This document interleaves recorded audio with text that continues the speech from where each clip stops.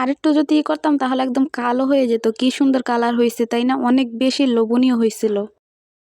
আজ না বানালে আমি বুঝতামই না গরুর মাংসেরও এত মজার আচার হয়। আচারটা এত মজা লাগছে, আমার তো মনে চায় এখন প্রতিদিনই বানিয়ে এই আচারটা খাই। মানে গরুর মাংসের যে আচার হয় সেটা কিন্তু আজকে প্রথম জানলাম আর প্রথম বানালাম। প্রথম বানিয়ে আমি তো সাকসেস। বাসায় দেখলাম গরুর মাংস রান্না হইতেছে, তো ওখান থেকে আমি একদম ছোট ছোট 4 পিস মাংস নিয়ে নিয়েছি, মানে 4-5 পিস মাংস নিয়ে নিচ্ছি। আজকে কিন্তু অল্পই বানাবো, কারণ প্রথমবারের মতো বানাতে আসি কেমন না কেমন হয়, এই জন্য অল্পই নিয়েছি। পরে অন্যদিন আবার বেশি করে বানাবো। তো আমি মাংসগুলো নিয়ে ভালো করে একটু ছোট ছোট পিস করে নিতেছি। ছুরি দিয়ে ভালো করে ছোট ছোট পিস করে নিতে হবে, তাহলে কিন্তু মশলাগুলো ভিতরে যাবে, খেতে অনেক বেশি মজা হবে। এই তো আমি সব মাংসগুলো একটু কেটে নিই। এরপরে ফ্রাই প্যানের ভিতরে মাংসগুলো দিয়ে দিলাম একটু মরিচের গুঁড়ি, তারপরে দিলাম হলুদের গুঁড়ি, সাথে একটু জিরার গুঁড়ি, ধনিয়ার গুঁড়ি, তারপরে দিয়ে দিলাম একটু আদা রসুন বাটা, আর একটু দিয়ে দেবো তেল। তারপরে গরুর মাংসের সাথে সবকিছু ভালো করে মিশাতে হবে, মানে ভালো করে হাত দিয়ে আমি মেখে নিতে আসি। তারপরে কিন্তু পরিমাণ মতো পানি দিয়ে দিতে হবে। এটাকে কিন্তু ভালো করে সিদ্ধ করতে হবে। আমি অনেক বেশি এক্সাইটেড, কেমন না কেমন হয়। প্রথমবারের মতো মাংসের আচার খাবো। কোনো মাংসের কিন্তু আচার খাওয়া হয় নাই কখনো। পরে কিন্তু আমি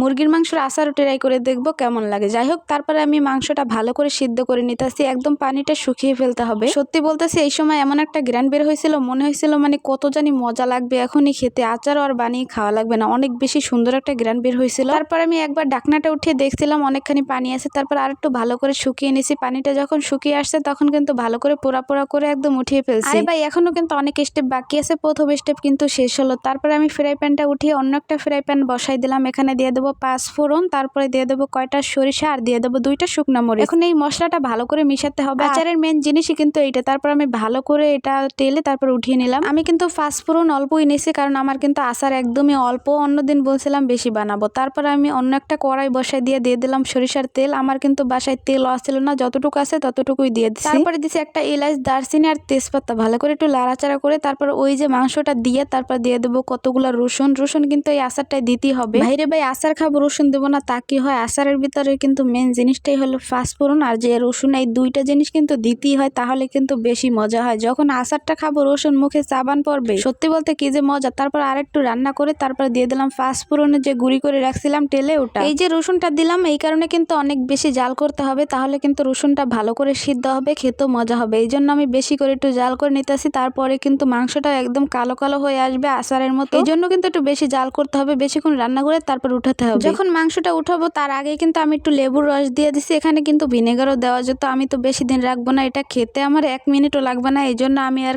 ভিনেগার দিই না। এই জন্য একটু লেবুর রস দিয়ে দিলাম, তাহলে কিন্তু অনেক সুন্দর লাগবে খেতে। এরপরে তো আমি উঠিয়ে ফেললাম, একটা বাটিতে নিয়ে নিলাম। দেখেন কত সুন্দর লোভনীয় লাগতেছে আচারটা। সত্যি বলতে অনেক বেশি লোভনীয় হয়েছিল। আমি তো শুধু রসুনই খাইছি বেশি, রসুনটা বেশি মজা লাগছিল আচারের মধ্যে।